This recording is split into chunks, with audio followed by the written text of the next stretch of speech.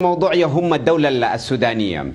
معلوم أن التركيبة في السودان الاجتماعية تركيبة متداخلة. هنالك قضايا مرتبطة بالأمن القومي العربي، هناك قضايا مرتبطة أيضا بالعقائد، وكذلك هناك قضايا مرتبطة بالتضامن مع المنظومة الإقليمية والأشقاء في كثير من الدول المنطقة. بالتالي من الصعوبة بمكان التسليم بأن عملية التطبيع يجب أن تمر وتتخذ قراراتها بواسطة جهاز سيادي أو جهاز تنفيذي لوحده. هذه عملية يجب أن تشارك فيها كل أشكال ومكونات الدولة السودانية، سواء كان القوى المدنية السياسية أو سواء كان المجلس التنفيذي الوزاري وكذلك المجلس السيادي. لكن دعني أشير إلى جزئية مهمة جدا نحن لم نستشعر وهي رفض من رئاسة الحكومة يا دكتور محمد للفكرة في حد ذاتها. يعني واضح أن المشكلة أو الخلاف ليس على فكرة التطبيع بقدر ما هو على التوقيت. يعني إذا كان في النهاية رئاسة الحكومة ستقبل بفكرة التطبيع، فلماذا ليس الآن إذا كان التوقيت كما قيل أيضا على لسان الكثير من المسؤولين من الجانب الآخر هي فرصة سانحة ربما للسودان؟ دعنا لا نخلط الأمور. مسألة التطبيع يجب أن تعامل بشكل منفصل عن مسألة رفع السودان من قائمة الإرهاب. واضح جدا أن الولايات المتحدة تحديدا الرئيس الأمريكي دونالد ترامب يمارس ابتزازا سياسيا على الحكومة السودانية ويضغط ويدفع باتجاه أن يربط بين الأمرين، مسألة التطبيع ورفع السودان من قائمة الإرهاب. السودان تم وضعه في قائمة الإرهاب كحكومة، وتلك الحكومة الآن لا توجد في المشهد، تلك الحكومة أصبحت في طي التاريخ، وبالتالي هناك حكومة جديدة. مع ذلك سعت هذه الحكومة في مقابلة مطلوبات رفع اسم السودان من قائمة الإرهاب. دعنا نعود للأسباب الأساسية التي بسببها تم فرض أو وضع السودان في قائمة الإرهاب. أولها رعايته لبعض المطلوبين لدى الإدارة الأمريكية مثل أسامة بن لادن وغيرهم من الذين كانوا يشكلون تهديدا إرهابيا للسلم والأمن الدوليين. بالتالي هذا الأمر انتفى منذ العام 1997 أكثر من 2 أو 23 يا دكتور محمد عاما. لا أحد يجادل فيما تفضلت وذكرته، لكن التصريحات التي خرج بها رئيس الوزراء السيد حمدوك تبدو بعيدة تماما عن التصريحات التي جاءت من المجلس السيادي. مثلا ألا يتشاورون فيما بينهم؟ سلطة واحدة يفترض في الدولة، كل شخص فيها يخرج علينا بتصريحات وكأن لدينا صراع داخل السلطة نفسها على أمر بهذا الحجم، أمر سيادي خطير إلى هذه الدرجة.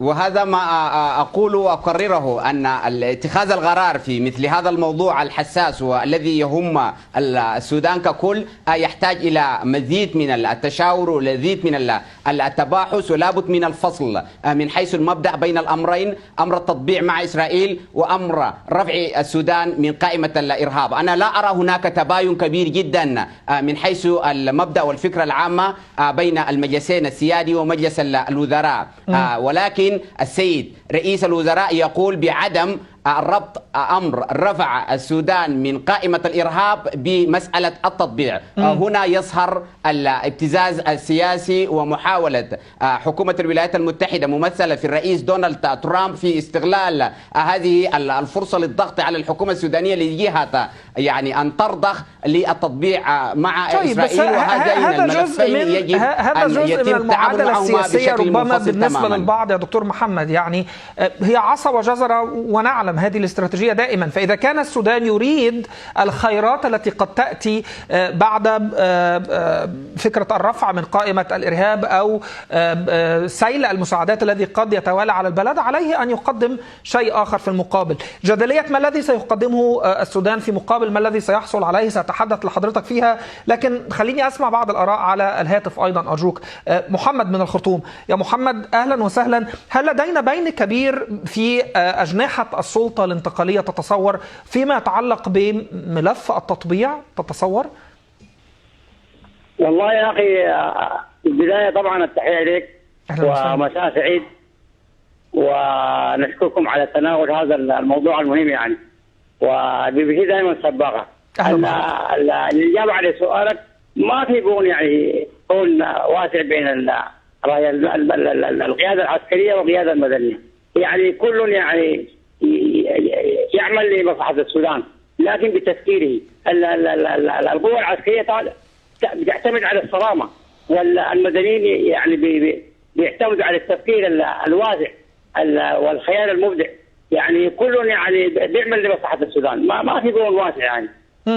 كل يعني هل مصلحة السودان في الوقت الحالي، يعني إذا كان هناك إصرار دولي كما يقول البعض على ربط فكرة التطبيع برفع السودان من هذه القائمة ومن ثم الكثير من المساعدات التي ستتوالى على البلد، أليس من مصلحة السودان في هذا الوقت الاستجابة لهذه الضغوط مثلا، أم بالعكس يجب عدم الاستجابة لضغط من هذا النوع؟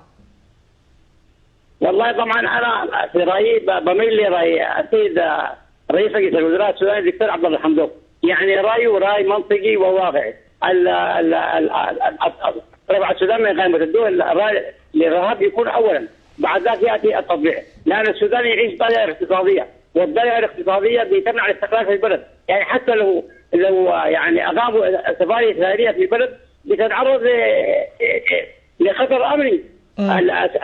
الاستقرار في البلد مهم اولا، بعد ذلك يتم التطبيع. طيب انا اشكرك محمد على المشاركه معنا. دكتور محمد، يجب ان نبحث في اصل الموضوع ايضا، اتصور في فكره التطبيع في حد ذاته. انت قلت ان البين ليس كبيرا، مما يعني ان رئاسه الوزراء ليست ضد الفكره، ولكن ضد ان تقوم الحكومه الحاليه بسرعه تنفيذ هذه الفكره ربما. بالمقابل هناك رفض تام مطلق من بعض الأطياف لفكرة التطبيع في حد ذاتها. المضي قدما أو الاختلاف على آلية التنفيذ دون الاختلاف على المبدأ ألا يضعف من مركز الحكومة أو تشكيلة الحكومة حتى على صعيد شعبي؟ دعنا نضع الأمور في نصابها الصحيح. التوصيفات بالمكون العسكري صحيح، التصريح أتى من قبل السيد رئيس مجلس السيادة، وباعتباره رئيس لمجلس السيادة، وهذا المجلس يتشكل من المكونين، المكون العسكري والمكون المدني، وبالتالي هذا المجلس منسجم ومتناغم ويعبر عن روح الثورة كما يعبر عنها يعني رئاسة الوزراء. فبالتالي التوصيف بأن هناك أجنحة متناقضة في المواقف ربما قد لا يكون دقيقا في تعبيره وتوصيفه للواقع الماثل. هناك توافق حول ضرورة بحث الأمر عميقا. تختلف وجهات النظر في أن هذا القرار قرار يهم كل القطاعات السودانية وسيكون له عواقب، وبالتالي يجب التعامل معه بوعي حتى يعني يحقق المكاسب المرجوة، وحتى لا يكون أيضا هذا ليس إجابة على النقطة اللي ذكرتها. يعني لا أحد يختلف أن من ضمن المكونات المدنية من يرفض التطبيع جملة وتفصيلا يا دكتور محمد. هذا سؤالي. نعم أتفق معك في هذه الجزئية تماما، أن الكل يرى بضرورة مراعاة مصلحة السودان بتأسيس علاقات مع دول الجوار تعود بالمنفعة وبالخير على الشعب السوداني وتسهم إيجابا في رفع الضائقة الاقتصادية الطاحنة، وذلك دون يعني اختلال ودون يعني تعدي على التضامن مع القضايا العربية والقضايا في المنطقة. لذلك مع حضرتك به، لأنه هل ستقدم لكم كل المساعدات سواء من الأطراف الدولية أو حتى من إسرائيل إذا طبعتم معها دون مقابل؟ ما الذي تريده إسرائيل منكم؟ بالتأكيد يجب أن نثبت في الأمر الأساس فصل الأمرين، أمر رفع القائمة من قائمة الإرهاب وأمر التطبيع مع إسرائيل كملفين منفصلين. هناك اتفاق أوسلو في النصف الأول من التسعينيات، هناك دول عديدة لديها تجارب، هذه التجارب نتعظ منها. الأردن على سبيل المثال لما تجني الفوائد اللازمة ولم يكن هناك التزام تم يعني جاءت من قبل الولايات المتحدة وكذلك إسرائيل بمقابلة ما تم التوافق عليه جراء عملية التطبيع. عدد من الدول الأخرى كذلك هناك مخاوف، وبالتالي ما حدث للآخرين ربما يحدث للسودان، فبالتالي لابد من أن يتم عملية التطبيع وفق مصفوفة محددة وتوافق داخلي، وكذلك وفق لرؤية تحفظ للسودان تحقيق المكاسب في ما يتعلق بإعفاء الديون على سبيل المثال. ذات الحديث الذي سمعناه من دول أخرى ذهبت في اتجاه التطبيع أن الأمر بالإجماع الوطني وأيضا بما يخدم مصلحة الفلسطينيين. الغريب أن الفلسطينيين أنفسهم لا يروا أن هذا التطبيع بأي شكل من الأشكال يمكن أن يخدم قضيته. لكن أنا أشكر حضرتك شكرا جزيلا دكتور محمد على التواجد معنا. دكتور محمد زكريا فرج الله عضو القيادة التنفيذية لحركة العدل والمساواة، شكرا جزيلا على التواجد معنا، وأرجوك استمر متابعا لأن لدينا الكثير من الآراء من زوايا مختلفة اليوم في نقطة حوار. جابر معي على الهاتف. يا جابر أهلا وسهلا. مساء الخير يا أستاذ، تحياتي لك وتحياتي لكل مستمعين BBC. أهلا بحضرتك. هل التطبيع الآن هو بوابة رفع السودان فعلا من قائمة الدول الراعية للإرهاب؟ تتصور هل هناك إمكانية أن ترفع السودان من هذه القائمة دون أن تطبع؟ أنا في تقدير الشارع السوداني الشعبي والسياسيين هم على سواء على اتفاق بأن مستحيل رفع اسم السودان دون تطبيع. دي آلية متفق عليها من كل المجموعات السياسية، إذا كان صرحت بهذا علنا أم لم تصرح. مسألة التطبيع أنا في تقديري هي مسألة حتمية ومربوطة برفع اسم السودان. يقتنع الناس أو لم يقتنعوا، هذا واقع لا بد أن يؤمنوا به ويعملوا على مسألة التطبيع والاقتناع به.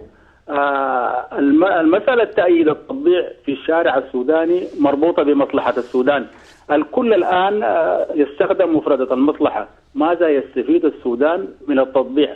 الآن الوضع الاقتصادي في السودان والوضع السياسي الهش أنا في تقديري هو مرتبط برفع اسم السودان من قائمة الدول الراعية للإرهاب. الشارع السوداني للأسف الشديد مغيد بالعاطفة الدينية، وفتوى علماء المسلمين أيضا منقسمة في مسألة التطبيع. بعض الآراء ترى أنه والله لم يجوز التطبيع، وبعض الآراء ترى أنه يجوز. المسألة بتاعت ربط التطبيع بالدين يعني دخلت الشارع السوداني في منعطف خطير. نحن عندنا أقصى اليسار المتطرف وأقصى اليمين المتطرف، الآن هم واضعين العقدة في المنشار. أقصى اليمين وأقصى اليسار هم الآن المسألة الخطيرة جدا في مسألة التطبيع، وهم التيارين الرافضين لمسألة التطبيع باعتبار الخلفية اليسارية اللي عندها علاقات تاريخية بمسألة الاتحاد السوفيتي، واليمين الأصلا ساهم في المسألة دي وخذلته أمريكا. طيب أنا أشكرك شكرا جزيلا يا جابر على المشاركة معنا اليوم، وأرجو أن ترحب معي بضيفي عبر الأقمار الصناعية من الخرطوم الدكتور الباقر العفيف الكاتب والباحث السوداني. دكتور الباقر أهلا بحضرتك. هل لدينا فجوة ما بين المكون المدني والمكون العسكري في السلطة الانتقالية فيما يتعلق بآلية تنفيذ التطبيع أو التقارب مع إسرائيل، وفي نفس الوقت أولوية سحب السودان من قائمة الدول الراعية للإرهاب؟ ما أنا لا أرى فجوة بين المجلس السيادي ومجلس الوزراء، ولكن أجد حقيقة فجوة ما بين الحكومة بشقيها وما بين ما يسمى بالحاضنة السياسية. الحاضنة السياسية في قوى الحرية والتغيير هي اللي رافضة مبدأ التطبيع مع إسرائيل، وهي التي يعني تشل حركة الحكومة المدنية في اتخاذ القرار. الموقف الذي عبرت عنه الحكومة المدنية جاء عاكسا لشيئين، عاكس للرغبة، رغبة الحرية والتغيير في أن لا يكون هناك تطبيع، ورغبة الحكومة التي تواجه مشكلات حقيقية على الأرض يقف التطبيع أحد الحلول لهذه المشكلات في أن الطلب الذي قد تقدمت به الحكومة لوزير الخارجية الأمريكي بومبيو في أن لا يربط ما بين التطبيع ورفع اسم السودان من قائمة الإرهاب. ولكن كيف يا دكتور لا ترى رابط؟ هذا هو السؤال. كيف لا ترى تعارض ما بين الشق المدني والشق العسكري إذا كان الفريق البرهان مثلا ما بعد مفاوضاته أو مباحثاته التي حدثت في أبو ظبي قال إن هذه فرصة سانحة جدا يجب استغلالها الآن لتحقيق المكاسب على البلد، وما زال الحمدوك يتحدث أن واشنطن تهدد مسار الانتقال الديمقراطي، والبعض يرى أن ما تفعله واشنطن وتفعله القوى الدولية هو بمثابة ابتزاز. هل يوافق المجلس السيادي على هذا التوصيف؟ وطبعا يعني هو التوصيف يعني لما تاخده على وجه ما يبدو يعني على الفيس فاليو حقته صحيح طبعا، لكن الذي يعرف ما يجري في بواطن الأمور بيعرف أنه للحكومة المدنية مصلحة حقيقية والرغبة في أن يعني يرفع اسم السودان من قائمة الدول الراعية للإرهاب بسرعة شديدة. يعني هل تتظاهر الحكومة المدنية بأنها معارضة للتطبيع الآن في حين أنها تبطن فكرة حتمية التطبيع في الوقت الحالي؟ يعني لا أفهم ما تقول. لا أعتقد يعني مسألة تظاهر فقط، إنما أنا ذكرت من البداية أن الحكومة المدنية بتحاول أن تجمع ما بين شيئين: أن تعبر عن ما تريده الحاضنة السياسية، وأن تحاول أن ترفع اسم السودان من الدول الراعية للإرهاب. لذلك جاء الطلب للأمريكان بأن يفصل ما بين الأمرين، ولكن أنا اللي بقوله أنه نحن ما عندنا الخيار ده. نحن لا الذين نملك فرض خياراتنا على الأمريكان يملكوا فرض خياراتهم علينا. لذلك ربما تأتي مرحلة تقرر فيها الحكومة المدنية والحكومة والشق العسكري كذلك، طبعا الشق العسكري ما عندهش مشكلة لحد الآن، أن توافق على الشرط الأمريكي برفع اسم السودان من قائمة الإرهاب. هي ما زالت تكرر هذه الحكومة أنها ربما ليست المخولة للبت في هذه القضية بهذه الحجم، وهي مجرد سلطة انتقالية، لكن الأمر مرتبط بالكثير من الأمور الأخرى. دكتور باقر، أريد أن أناقشها مع حضرتك، لكن أريد أيضا أن تستمع معي لرأي رائف يتحدث من أم درمان. يا رائف أهلا وسهلا، اتفضل اطرح وجهة نظرك. في البداية مساء الخير عليكم. مساء النور يا عزيزي. الله يخليك. بالنسبة للمسألة حقة التطبيع لنا احنا كشعب سوداني او كمواطن سوداني ما هنقدر نستفيد منها في حاجة. اولا باعتبار انه اذا طبعنا يعني هي ممكن اسرائيل ممكن تقدم لنا شنو؟ في ناس يقول لك مثلا ممكن تقدم السلام او ممكن او مثلا يكون في امن، او مثلا يقول لك يا اخي ممكن تقدم لك فوائد اقتصادية او كده. أنا أصلا في البداية عندي أزمة اقتصادية، الأزمة الاقتصادية عندي أزمة إدارة وليس أزمة بتاعت عقوبات. هي أزمة حقت إدارة حقت موارد. إذا أنا كان عندي 1,000,000 متر مربع أو كده من الزراعة أو الأراضي الخصبة وعندي نيل وفي بترول وفي ذهب أو حتى على قلة البترول وعندي إنتاج محلي، فأنا حاجة دي أنا استفدت من شنو في التطبيع؟ يبقى هم إذا ما استفادوا مننا هم ما هيدون حاجة. وبالتالي التطبيع في حد ذاته ترى أنه لن يعود بالفائدة على السودان. ما هي عدم الفائدة على السودان خالص.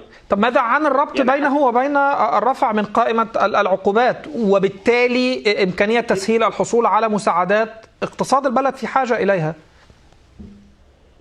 اوكي، هو اقتصاد ايوه الاقتصاد محتاج، لكن هو البند بتاع التطبيع ما يخش في الحته دي، لا ما يخش مع البند بتاع الرفع الغائب من الارهاب. دي حاجه غايمه بذاتها، يعني دي علاقات تعتبر علاقات بين دولتين. يبقى معناها ده قرار اممي، يعني ده هنا بيرجع لمجلس الامن والامن السلمي، يعني ده بيرجع، ده ما عنده علاقه هنا بالتطبيع مع دوله ثانيه. يعني اذا في دولتين متحاربين انه هم مثلا انا افرض عقوبات على دي، ارفع لنا عقوبات عشان خاطر انه هم يبقى معناها العقوبات المفروض تكون على الدولتين، لانه هم الاثنين متحاربين. ده اذا هم بيفهم انه التطبيع عشان خاطر كده. طيب الفكرة واضحة يا رائف، أنا أشكرك. وخليني أسأل الدكتور الباقر على هذه النقطة. دكتور باقر، رائف يتحدث عن الفائدة أصلا من التطبيع وما الذي سيجنيه السودان، وبالمقابل ما الذي ستجنيه إسرائيل. يعني ما الذي يريد السودان أن يحصل عليه من هذه الخطوة، وماذا سيقدم في المقابل؟ هو طبعا الفوائد ما معروفة، يعني أنه الأخ بيتكلم عن إمكانات السودان الكبيرة ولا خلاف في ذلك، ولكن هذه الإمكانات الكبيرة تحتاج إلى رأس مال عشان تخرج، وتحتاج إلى أن نعود نحن كدولة إلى العالم ونتعامل معه بالصور الاقتصادية والسياسية وخلافها حتى تأتينا الاستثمارات الدولية. نحن ما دمنا في قائمة الدول الراعية للإرهاب ما راح تسقط عننا الديون، المؤسسات المالية ما راح تتعامل معنا، الدولية وحتى الإقليمية، الشركات الكبرى اللي مفروض تجي تطلع لنا الذهب وتطلع لنا البترول، ودي ما حتجينا خالص.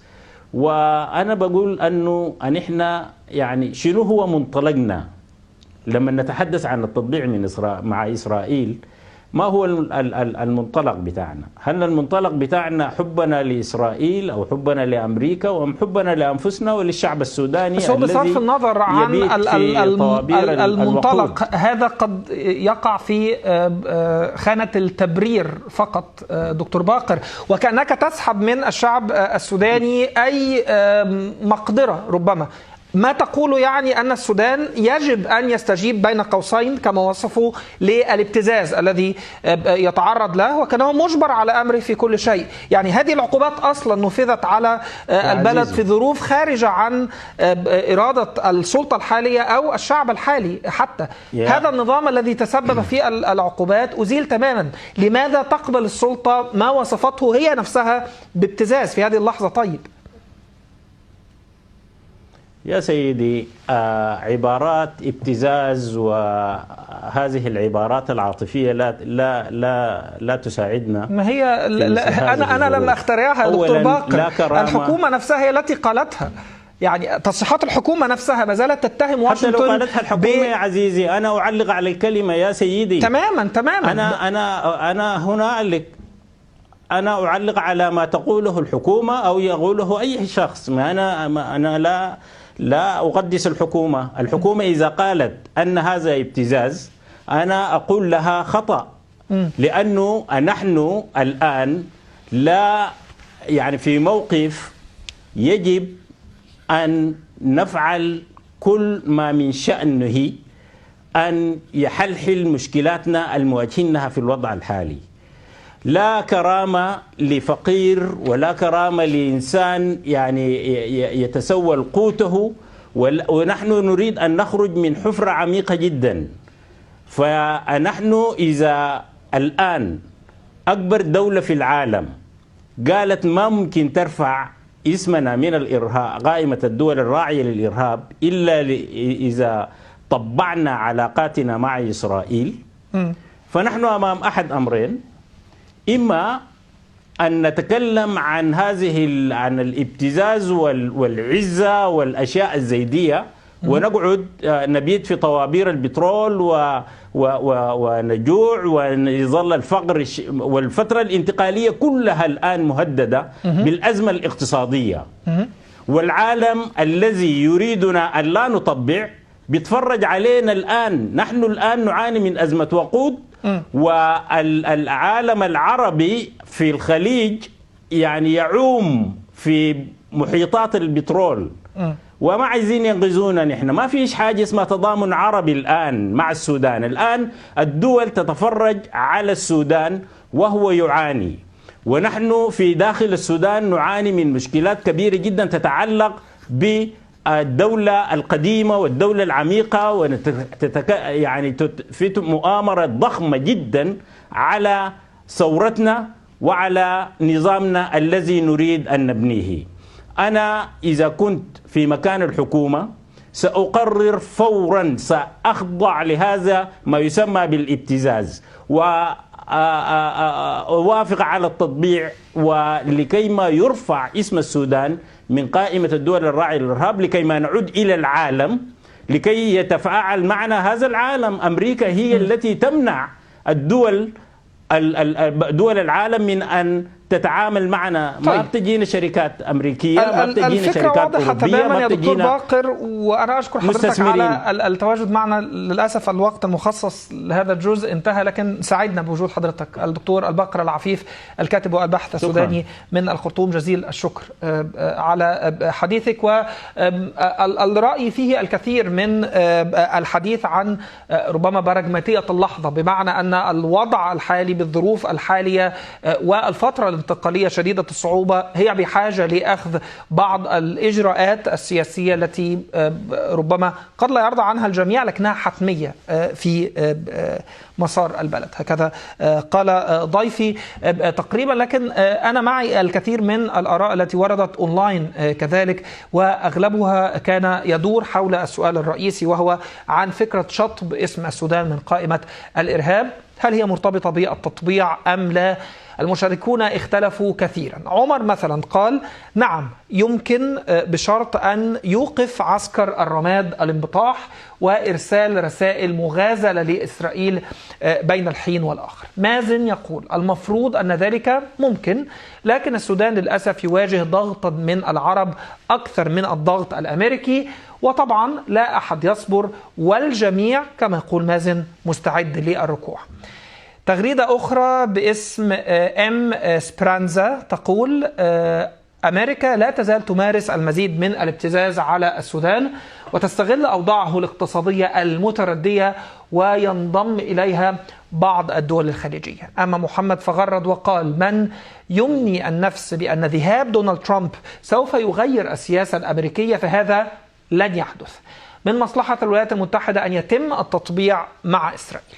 حول أين يقف الشعب السوداني خلال كل هذا الجدل ما بين فرعي السلطة بشأن التطبيع من عدمه، بكيل البتول غرد وقال الشارع السوداني كغيره من الشعوب العربية المغيبة، وموقفه لن يغير المعادلة السياسية سواء كانت داخلية أو خارجية. هذا رأي بكيل. عشيري يقول الجري وراء التطبيع لن يجني منه الشعب السوداني أي ذرة من الوعود. المستفيدان فقط من التطبيع هما ترامب ونتنياهو. أما درغام فيغرد قائلا العقوبات الأمريكية على السودان خلال السنوات الماضية إن كان الثمن هو رفع من تلك القائمة فهو التطبيع، فليطبع. الشعب السوداني دفع ثمن أكثر من أصحاب القضية. معز أيضا لديه رأي في حديث اليوم، ويقول إذا تم التطبيع مع إسرائيل لن يرفع السودان من قائمة الدول الراعية للإرهاب، وعامة الشعب السوداني لا يريد أي تطبيع مع إسرائيل أصلا. حول المطلوب تحديدا من السودان في هذا الوقت يقول محمد المطلوب من السودان هو التطبيع مع إسرائيل والانضمام للحلف الإماراتي الإسرائيلي. على المدى القريب لن يكون هناك أي أثر اقتصادي لهذا الأمر. بعض المشاركات التي وردت أونلاين فقط، وهذه المشاركات ربما هي مستمرة على مدار الساعة وليست محددة بوقت الإذاعة المباشرة، فأرجوكم استمروا في الإدلاء برأيكم أونلاين. ورحبوا معي بالحسن يتحدث من الخرطوم. الحسن أهلا وسهلا، وتفضل اطرح وجهة نظرك. بسم الله الرحمن الرحيم. السلام عليكم ورحمة الله تعالى وبركاته. عليكم السلام. التطبيع يضر ولا يفيد. أسأل مجرب ولا تسأل طبيب. دي قاعدة سودانية معروفة، أسأل مجرب ولا تسأل طبيب. على السودانيين وعلى أي شخص عربي أن يرى ويشوف الناس المطبعين الحاصل لهم شنو، هل تقدموا ولا تأخروا. دي أسأل المجرب ولا تسأل الطبيب. الناس المجربين والمطبعين حاليا هل استفادوا؟ بس الأمثلة اللي موجودة في التاريخ ربما ظروفها مختلفة عن السودان. الآن البعض يقول إن السودان في مرحلة مفصلية، الفترة الانتقالية فترة صعبة جدا، هم بحاجة لانفتاح على العالم، وإذا كان العالم يجبر السودان أو يحاول أن يجبر السودان على أن يكون التطبيع هو البوابة، هو شر وفقا للبعض لكن لابد منه. ده استغلال للسيادة، استغلال للسيادة الوطنية. وترامب وحكومته تعودوا انه يذلوا العرب ويذلوا الحكومات العربية، ونحن شايفين هو بيتكلم بيقول في شنو. ده بيذل الدول، بيذل كل الغاض العرب، وحتى الشعوب العرب ما قادرة تتحدث ومكممة أفواهها مكتفة أيديها وما قادرة تعمل حاجة.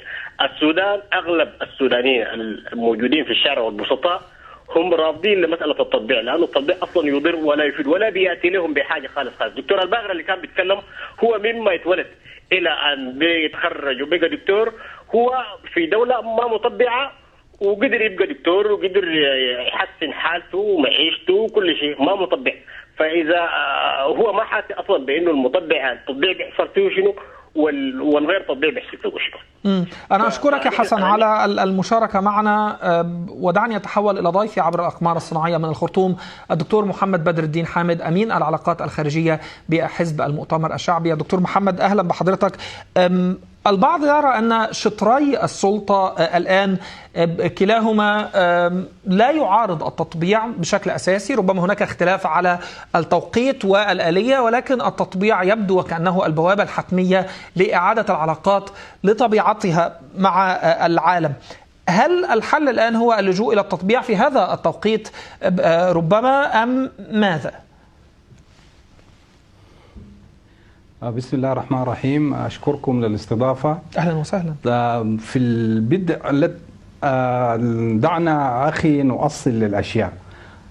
شطرية السلطة إلى الآن كل ما تم بخصوص علاقات مع إسرائيل لم نسمع منهم مباشرة حديث باستفاضة عن هذا الأمر. الشيء الوحيد الذي سمعناه هو عندما قررت الحاضنة السياسية للحكومة الحرية والتغيير رفض التطبيع أو رفض إقامة علاقات مع إسرائيل، خرج علينا رئيس الوزراء وتحدث مع رئيس وزراء مع وزير خارجية أمريكا، وقال أنه ليس هنالك تفويض لهذه الحكومة لكي تطبع مع إسرائيل. أصبح هذا موقف مبدئي. هذه هي الحكومة التي أتى بها الشعب والتي تمثل الحاضنة السياسية رغم تحفظاتنا ورغم رأينا على هذه الحاضنة، فأصبحت هي الحاضنة السياسية. هذا الأمر الأول. الأمر الثاني يعني أنا أريد أن أوقف حضرتك عند الأمر الأول إذا سمحت لي يا دكتور محمد، لأن الحكومة لم تقل ما هو الحكومة لم تقل عزيزي، الحكومة لم تقل ما تفضلت به. الحكومة معترضة فقط على التوقيت والآلية ربما، وإذا كانت الحكومة هكذا فالمجلس السيادي يبدو يميل بشدة. يا أخي لو دعيتني أكمل في الفكرة، يا أخي أنت استضفتني لكي تنقل ما أريد أن أقوله، فدعني أكمل الفكرة. طب أكمل. أنا قلت لك الحكومة التنفيذية هي ممثلة للحاضنة السياسية اللي هي الحرية والتغيير. الحرية والتغيير قررت أن لا علاقات مع إسرائيل، وخرج رئيس الوزراء وعبر عن هذا الرأي. هذا أصبح موقف حكومة، ويعبر عن شعب ويعبر عن الثورة. فما قام به المجلس العسكري هذا نحن صرحنا وقلنا فيه ليس من اختصاصه، وهو ليس مفوض في ذلك، وهذه فترة انتقالية واجباتها محددة جدا على أن لا تذهب إلى أشياء استراتيجية في علاقات السودان الخارجية. هذا ما قلناه ونكرره. والآن يا أخي السيد رئيس مجلس السيادة لم يخرج لنا ليقول ماذا تم في هذا الأمر. كل ما سمعناه هو تصريحات، والتصريحات لا يبنى عليها. فليخرج لنا مجلس السيادة أو نائب رئيس مجلس السيادة صرح، وهذه التصريحات لا يؤخذ بها. والآن القرار، هذا الملف قد أغلق بالنسبة لإسرائيل وبالنسبة لأمريكا. كانت تحتاج لهذا التطبيع لمرحلة الانتخابات، والآن الانتخابات في أمريكا خلاص أخذت مسارها. أما في إسرائيل فنتنياهو يواجه مشاكل عدة، يريد أن يحل هذه المشاكل على حساب السودان. بس أنت تقول أن الملف أغلق يا دكتور محمد، لكن ما زالت رئاسة الحكومة وما زال السيد حمدوك يعيد هذا الملف مرة أخرى للواجهة، عندما يقول أن الولايات المتحدة ربما تهدد مسار الانتقال الديمقراطي في بلده بسبب عدم رفع البلد من قائمة الإرهاب. ومعروف أن الرفع هذا مقرون بشكل أو بآخر بفكرة التطبيع من عدمه. الملف لم يغلق يا عزيزي. بالنسبة لنا الملف قد أغلق، لأن الحاضنة السياسية التي تمثل الثورة قد قالت فيه رأي، وهذا الرأي هو الرأي الذي يؤخذ به. أما ما يتداول بعد ذلك فهو مجرد تداول سياسي بالنسبة لنا. أما عن رفع السودان من قائمة الدول الراعية للإرهاب يا أخي، فهذا الأمر يجب أن لا يربط بالتطبيع. نحن قلنا ونكرر أن رفع السودان من قائمة الدول الإرهاب يجب أن يذهب في مسار منفصل عن التطبيع. إن كانت الولايات المتحدة تحترم السودان وتحترم قرار السودان وتحترم شعب السودان، فلتناقشنا في كيف يرفع اسم السودان من قائمة الدول الراعية للإرهاب. هذا ما يجب أن يتم بكل عزة وبكل كرامة، وهذا ليس كلام عاطفي وليس كلام للاستهلاك. مفهوم. بس لماذا لا يوجد لدينا حتى تصريح مباشر يا دكتور محمد من الحكومة تقول لن نطبع مع إسرائيل بشكل مباشر؟ التصريحات الأخيرة هي عبارة عن قرار التطبيع. دعني بس أكمل أرجوك. التصريحات الأخيرة هي عبارة عن هذا القرار قرار كبير ليس في يد السلطة الانتقالية، بحاجة كي نستشير الشعب ونتخذ في وقت لاحق، لكن لا يوجد لدينا تصريح مباشر لن نطبع مثلا. يجب أن يكون هنالك تصريح مباشر كما صرح رئيس الوزراء لن نطبع. يا أخي هذا أمر يجب أن يأتي من سلطة منتخبة، يجب أن يأتي من برلمان. هذا ليس قرار سلطة تنفيذية ولا قرار سلطة انتقالية، يجب أن يأتي من برلمان منتخب لكي يقول رأيه. والسودان معروفة مواقفه يا أخي في السابق من هذا الأمر.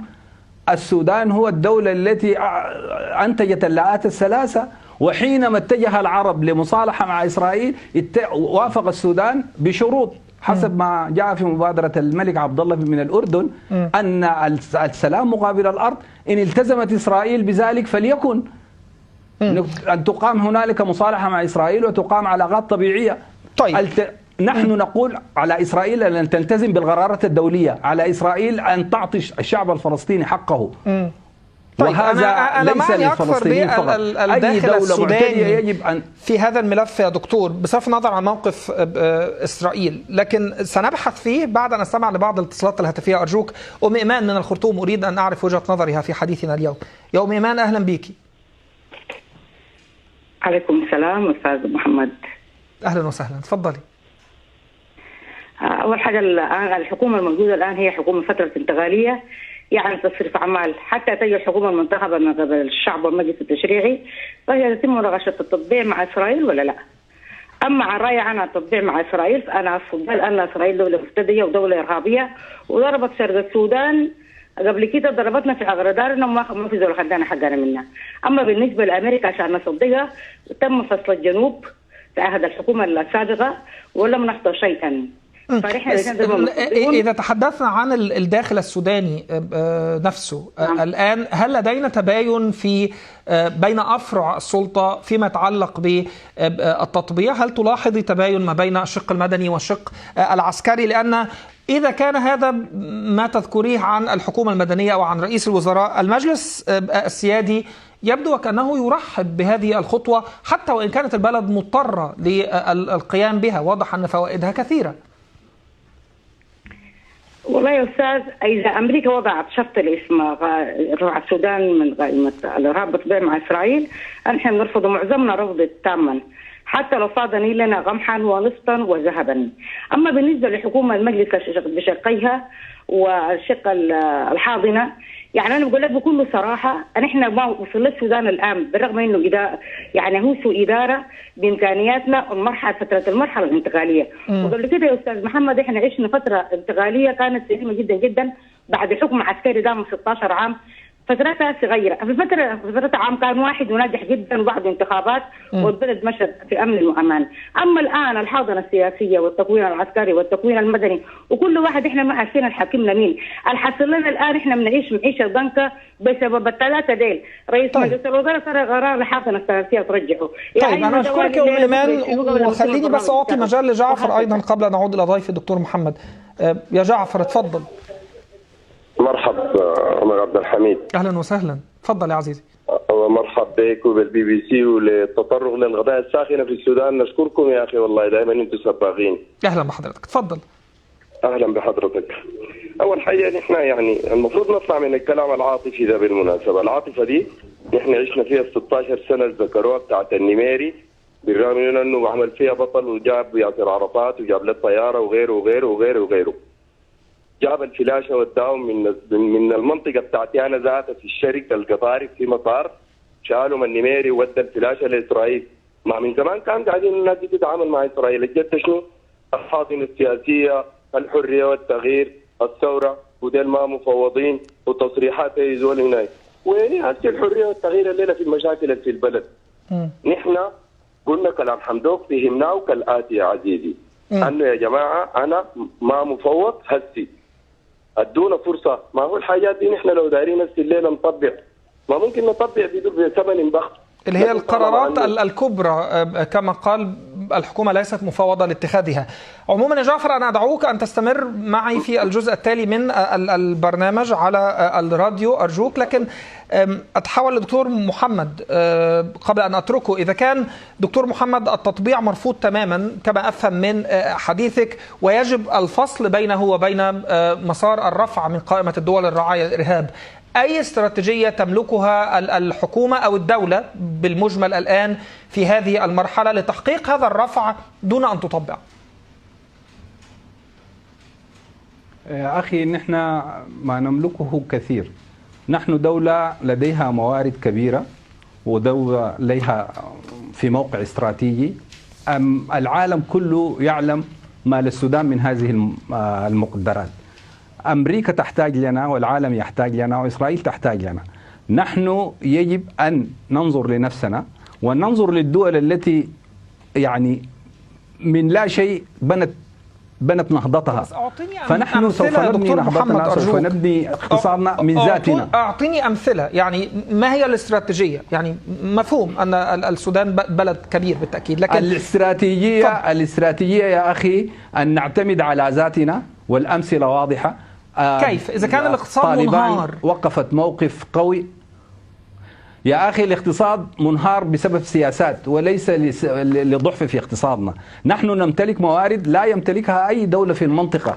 نحن نمتلك كل المعادن، ونمتلك البترول، ونمتلك الزراعة، ونمتلك الثروة الحيوانية، ونمتلك الموارد البشرية، ونمتلك الموقع الاستراتيجي الذي الآن إسرائيل تسرق هذا الموقع وطيران يجوب في أجوائنا. نحن نملك كل هذا. أليس هذا باقتصاد قوي؟ نحن نعيش أزمة يا أخي، أزمة إدارة لهذا الاقتصاد، أزمة تخطيط لهذا الاقتصاد. هذا هو. ليس منهارين اقتصاديا يا أخي. دولة تملك البترول وتملك المياه وتملك الزراعة وتملك الحيوان وتملك المعادن النفيسة من ذهب ومنجنيز. من أين يأتي هذا الانهيار؟ يأتي هذا الانهيار من الإدارة يا أخي. نحن نقول نحن لدينا سوء إدارة لهذه الموارد. طيب، وهذا مصدر قوتنا ومصدر ضعفنا في نفس الوقت. أنا أشكر حضرتك شكرا جزيلا على التواجد معنا اليوم والكل يتكالب يا دكتور علينا. محمد، شكرا جزيلا على التواجد معنا. دكتور محمد بدر الدين حامد، أمين العلاقات الخارجية في حزب المؤتمر الشعبي من الخرطوم، جزيل الشكر لحضرتك. والحديث متواصل بالتأكيد كما ذكرت أونلاين. هذا الحديث مفتوح لا ينتهي بالتأكيد، تستطيعون أن تتواصلوا معنا فيه، لكن من يفضل خطوط الهاتف المباشرة تفتح مرة أخرى على راديو BBC بعد قليل. معي أنا محمد عبد الحميد.